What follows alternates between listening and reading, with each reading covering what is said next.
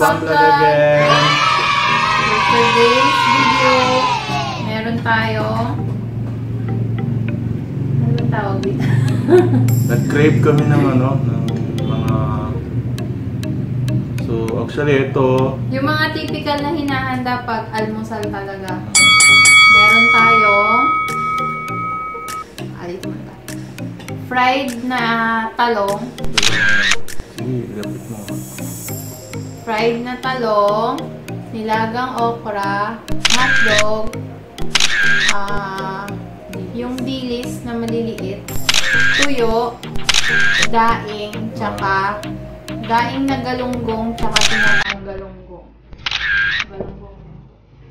Tapos, kamatis at itlog na maalat, ham. Tapos, sausawan namin ay laso na.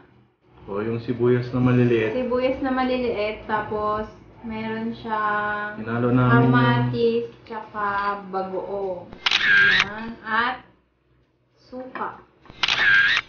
At ginisang upo. Alright.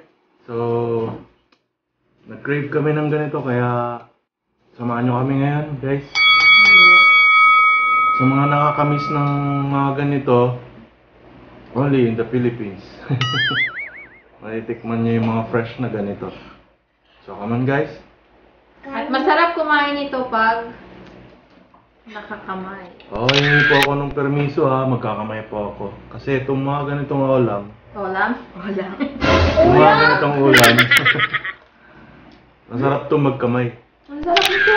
Tsaka, Hindi mahalap. okay? Hindi ko alam kung saan ako mag-uumpisa eh. Siguro ito. Eggplant. Tapos samahan mo pa ng sausawan na yung kamatis, tsaka laso na, tsaka Tapos bagoong. ano, mainit na kape. Kain lang ko. Ayun. So guys, ako magkakamay po ako. Hindi po ako ng permiso, magkakamay po talaga. Promise. Promise. Sarap. Sarap. Yung pag ganito yung ano, yung almusal mo, hindi ka tatama rin ano bumangon. Yung pag piniprito, parang naaamoy mo na siya. Alam niyo po ba yung amoy ng tuyo pag piniprito? Amoy na amoy siguro. 1,000 kilometers away. Sarap. Masarap to paminsan-minsan pero pag araw-araw tuyo ang ulam mo, nakaka-high blood. Tuyo na naman? Ganyan. Na naman po.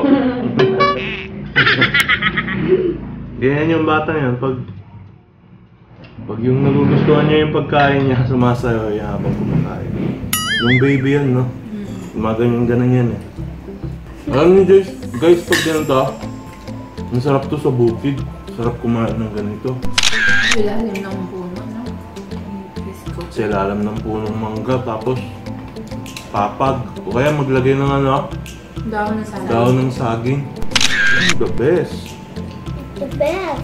Sabi ni Nathan kanina na daw to? Bone. Sabi ni Nathan to. Kanina bone.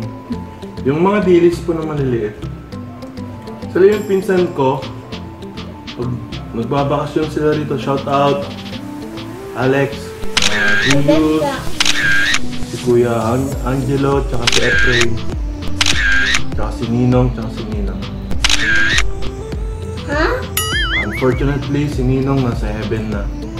So, kamusta po kayo dyan? Mga taga Laguna na.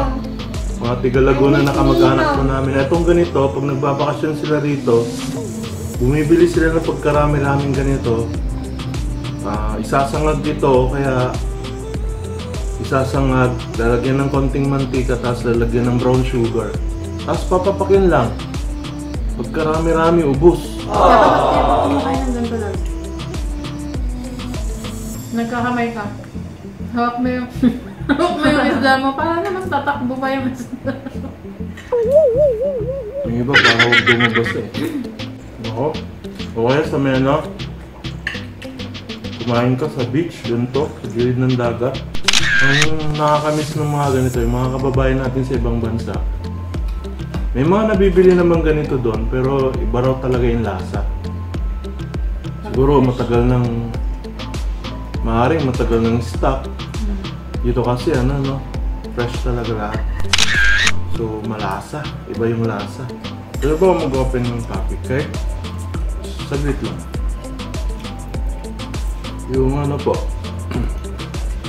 yung pagpipigil sa sarili. Paano mo gagawin yan? Pagpipigil sa sarili. Halimbawa, syempre pag nagagalit ka, pag wala kang pigil sa sarili mo, naku po, alam mo na kung anong mangyayari. Pag bismod ka, anong gagawin mo? Paano mo siya pipigilan? Siguro ano? Palo daw, sabi na ito. Una, suggestion ko, siguro unang-una, dapat kilala mo yung sarili mo. Kasi, karamihan ng mga tao, hindi nila kilala yung sarili nila. Kaya pag nagagalit, bahala na lang. Kaya dapat may limit. May limitasyon.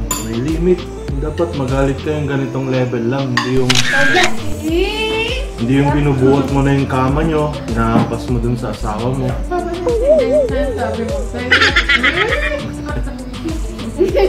Tapos I thought you didn't understand Tagalog. Tapos yung mga plato nyo, basag, araw-araw, bumibili kayo. Dapat disposable na lang bilhin nyo. Oo. Pag hindi mo kilala yung sarili mo, ay ganito pala ako magalit. Ibig sabihin, pag humupa na yung galit mo, ubos na yung plato nyo. Naihampas mo na sa mukha ng asawa mo yung TV, mga ganun. Bili kayo ulit. Kilala naman ako, hindi naman plato pinabasag. Minsan pinag-iinitan yung pinto. Tao lang ba tinutukoy natin? Hindi ba, siyempre dapat may control din. Yung naisip mo pa lang na babasagin mo yung jealousy o yung plato. Isipin mo muna, pag hawak mo ng ganyan. Mahal to. Hindi. Ay, wala pala akong pera. Wala akong gagamit yung plato bukas. When you crack the TV, what just smash? Alright. That's bad, di ba? Don't do that, ha? That's Kuya. Who's Kuya? Kuya. Ang sabi nga sa Bible, ano? Kuya Justin. Ay, Mali. Di ba guys, ang sabi nga sa Bible, ang marunong magpigil sa kanyang sarili ay isang taong ganap sa Book of James. Isang taong ganap. So, makikita mo doon na doon mo makikita yung isang tao na ganap. Ibig sabihin yung may self-control. So, fruit of the Holy Spirit, yung bunga ng Banal na Espiritu, may patience na nga, may joy, may humble, pero bakit nauuli yung self-control? Kasi, yun yung isa sa pinakamahirap gawin ng isang tao, self-control. Kaya dapat kilala mo yung sarili mo, alam mo yung limitation mo. Pag nagagalit ka, huwag mo nang buhatin yung bahay nyo at ibabato mo sa San Marcelino, gano'n. Guys, naaliw ako sa tuyo. Sobrang malaki. Tuyo. Ito ba, ano?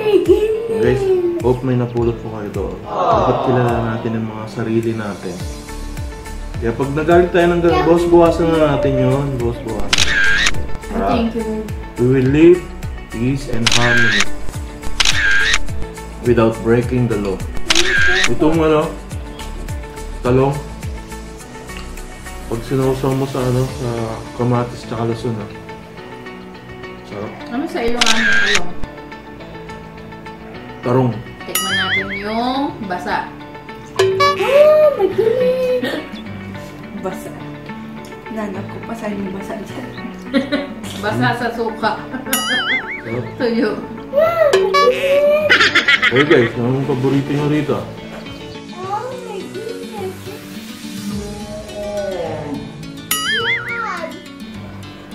Kuha tayo ng kamatis. Kamatis. Yes, tomato. Nakain ng sili.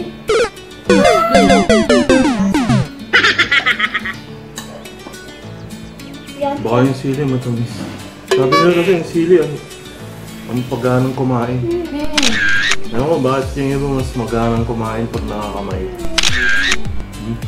Sarap. Sarap. Sarap.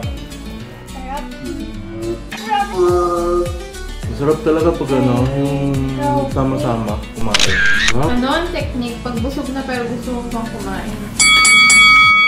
Yung kadaw ng malalim. Mama, do I?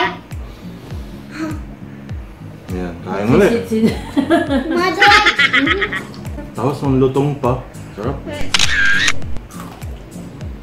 So, siguro guys, ano, yung iba dyan, kung nag-crave din sila ng ganito, Bili na. bili na. Guys, siguro, Busog ka na ba? masarap. Hindi ko alam kung paano nyo i-define yung mga ganitong pagkain eh. Hindi sapat yung masarap. Siguro sa akin, masarap na masarap na masarap. Lalo kung sa kabukiran, sa may tabi ng dagat, o kahit saan, basta ganitong ulam. Masarap yung ganitong ulam paminsan-minsan. Okay, siguro guys, that's it for today. And watch out for more. And With the please like and subscribe our channel. Kung bago pa lang kayo, we are Raytans Pamblog. Okay, so God bless. Maraming salamat po ulit for watching. For shoutout, you can comment down below or follow and like our Facebook page, Raytans Pamblog. and click the bell. Shoutout na natin yung mga ano natin. Yes. Shoutout dun sa isang commenter natin sa last video, Imonggo, Kuya Mark Garcia, hello! Sila Ma'am Mabs. Ayan, si Kuya Kit, Kit. Sila Ma'am Camille. Mary Ann, Sila Ma'am Mary Ann. Hi, Baby Bea! Hello! At sa lahat-lahat po ng patuloy na nanonood po sa amin. So, thank you for watching guys again. Bye! God bless!